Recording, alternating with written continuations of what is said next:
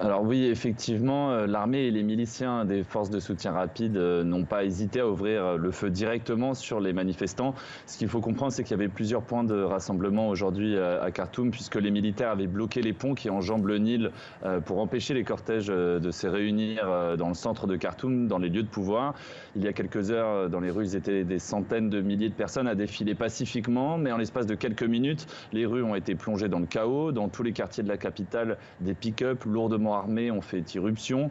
Là où je me trouvais, des gaz lacrymogènes ont été tirés dans un premier temps pour diviser le cortège.